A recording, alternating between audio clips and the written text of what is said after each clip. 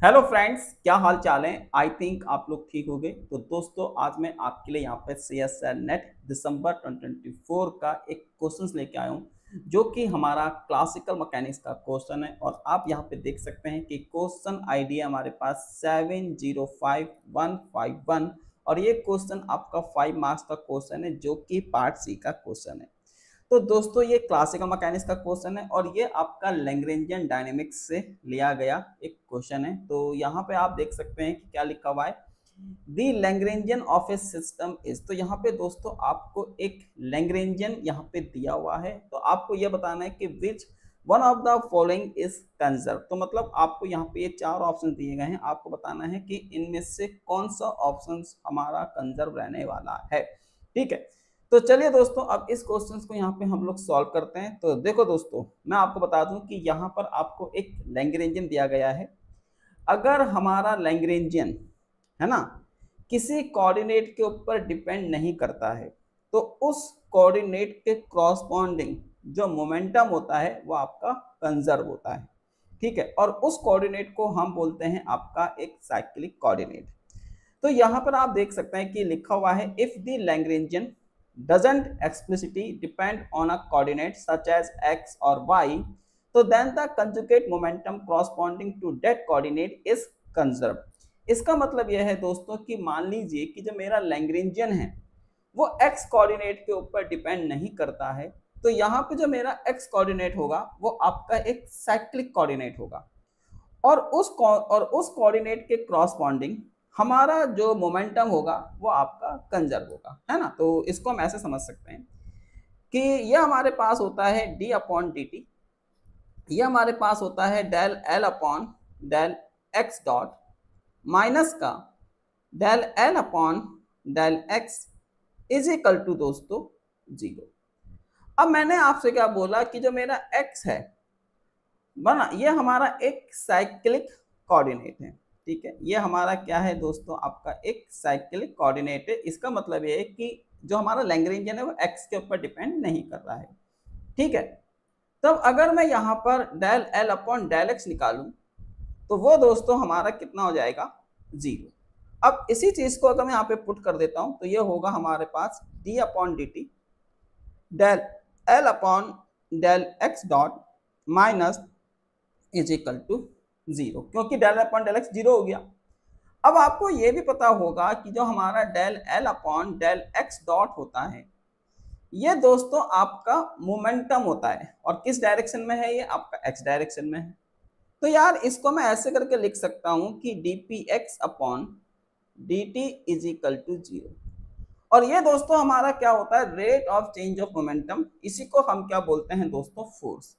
तो इसका मतलब है दोस्तों कि हमारा एक्स डायरेक्शन में कोई फोर्स काम नहीं कर रहा, और जब हमारा एक्स डायरेक्शन में कोई फोर्स ही नहीं लगेगा तो इसका मतलब क्या है कि उस डायरेक्शन में हमारा जो मोमेंटम है वो कंजर्व रहेगा।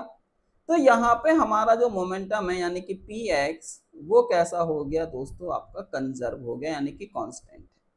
ठीक है, ये रहा। अब इसी चीज का हम यहाँ पे यूज करके इस वाले क्वेश्चंस पे आते हैं। अब यहाँ पे आप देखेंगे कि जो मेरा L है दोस्तों वो हमारा X और Y दोनों ही कोऑर्डिनेट के ऊपर डिपेंड कर रहा है। मतलब यहाँ पे अगर मैं अपना L लिखता हूं तो जो हमारा L होता है वो होता है T माइनस वी। अब यहाँ पे जो आपको पोटेंशियल दिया है यानी कि V इज इक्वल टू वो हमारे पास है mg और x प्लस टू बाई। तो दोस्तों आपने यहाँ पे देखा कि जो मेरा पोटेंशियल है वो हमारा दोनों कोऑर्डिनेट यानी कि x और y पे डिपेंड कर रहा है। और अगर मेरा पोटेंशियल x और y पे डिपेंड कर रहा है तो इसका मतलब है कि फोर्स भी यहाँ पर x और y पे डिपेंडेंट है। तो इसका मतलब है दोस्तों कि x और y पे अगर मेरा पोटेंशियल डिपेंड कर रहा है तो वहां पे फोर्स भी आपका होगा, और अगर फोर्स वहां पे लग रहा है तो इसका मतलब है कि मोमेंटम कंजर्व नहीं होगा इस डायरेक्शन में। तो अब मुझे क्या करना है, लेकिन मेरे को तो निकालना है कि कौन सी क्वांटिटी यहाँ पे कंजर्व है ना। तो यहाँ पर हम यूज करते हैं नॉर्दर थ्योरम का। वो क्या कहता है कि हमको यहाँ पे एक सिमेट्रिक एक्सिस देखनी है जिसके अबाउट हमारा जो मोमेंटम है वो कंजर्व रहेगा। ठीक है, अब यहाँ पे क्या करते हैं कि ये जो हमको यहाँ पर x +2y दिया है, मतलब ये हमारे पास क्या है दोस्तों, x + 2y। मैं इसको एक वेक्टर की फॉर्म में लिखना चाहता हूं, तो मैं इसको क्या लिख लेता हूं यहाँ पे, मान लीजिए कि ये मेरा r1 है और इसको मैं लिख लेता हूं यहाँ पे i + 2j। क्या मैं इसको ऐसे लिख सकता हूं? यस सर, हम इसको बिल्कुल ऐसे लिख सकते हैं। अब अगर मैं r1 के परपेंडिकुलर कोई ऐसा वेक्टर निकाल लूं, है ना, जिसके क्रॉसपॉन्डिंग हमारा फोर्स 0 हो, तो मीन्स दैट कि वहां पर आपका मोमेंटम कंजर्व हो जाएगा। तो मेरे को क्या करना है, मेरे को एक सिमेट्रिक एक्सिस निकालनी है इसके अबाउट, है ना। अब वो जो सिमेट्रिक एक्सिस होगी वो इसके परपेंडिकुलर होगी। तो अब हम क्या करेंगे, यहां पर अपनी एक परपेंडिकुलर एक्सिस निकालेंगे। ठीक है भाई, ये हमारा एक्स और वाई डायरेक्शन में है ना, तो एक्स और वाई डायरेक्शन के परपेंडिकुलर मेरे को एक एक्सिस निकालनी है। और अगर आपको पता है कि अगर मैं इसके परपेंडिकुलर वो एक्सिस निकाल लेता हूं तो उसके क्रॉसपॉन्डिंग मेरा फोर्स 0 होगा, क्योंकि फोर्स तो आपका यहां लग रहा है ना भाई, फोर्स मेरा किस पे लग रहा है, x + 2y डायरेक्शन में लग रहा है मेरा फोर्स। और अगर मैं इसके परपेंडिकुलर, मतलब मान लीजिए मेरा फोर्स ऐसे लग रहा है ना, ये हमारा फोर्स लग रहा है, और अगर मैं इसके परपेंडिकुलर निकाल लूं तो भाई इस एक्सिस पे तो कोई फोर्स लगेगा नहीं, है ना, इस एक्सिस पे कोई फोर्स लगेगा नहीं। तो जब इस एक्सिस पे कोई फोर्स नहीं लगेगा तो इसके क्रॉसपॉन्डिंग मोमेंटम कंजर्व होगा। तो अब अगर मैं इसके क्रॉसपॉन्डिंग एक अपना मतलब वेक्टर निकाल लूं जो कि इसके परपेंडिकुलर, तो मान लीजिए कि लेट्स सपोज मेरे पास जो वेक्टर है यानी कि r2, वो मेरे पास है क्या, ai cap plus bj cap. मतलब ये दोनों वेक्टर एक दूसरे के परपेंडिकुलर, और आपको पता है कि परपेंडिकुलर कंडीशंस क्या होती है दोस्तों, तो परपेंडिकुलर कंडीशन होगी हमारे पास r1 डॉट r2, मतलब इन दोनों का डॉट प्रोडक्ट आपको 0 होना चाहिए, है ना। अगर मैंने क्या बोला कि r1 परपेंडिकुलर है किसके, r2 के, तो ये हम अब r1 की वैल्यू क्या है, i + 2j डॉट, ये हमारे पास क्या है, ai + bj = 0। तो यहां से मेरे पास आ जाएगा a + 2b = 0, है ना। ये दोस्तों हमारे पास निकल के आया है a + 2b = 0। अब यहां पे दोस्तों मैं क्या करता हूं, अब इसका जो सम है भाई, इसका सम कब 0 हो सकता है, यहाँ पे आप देखोगे a + 2b का जो अलजेब्रिक सम है दोस्तों वो हमारा 0 है। तो अगर मान लीजिए यहाँ पे मैं इफ, है ना, लेट, अगर मैं यहाँ पे a की वैल्यू को 2 ले लूं और b की वैल्यू को -1 ले लूं तो ये 0 हो जाएगा। ये दोस्तों हमारा क्या हो जाएगा, आपका 0 हो जाएगा, यानी कि मेरा जो परपेंडिकुलर वेक्टर निकल के आया वो हमारे पास क्या है, 2i कैप और माइनस का j कैप।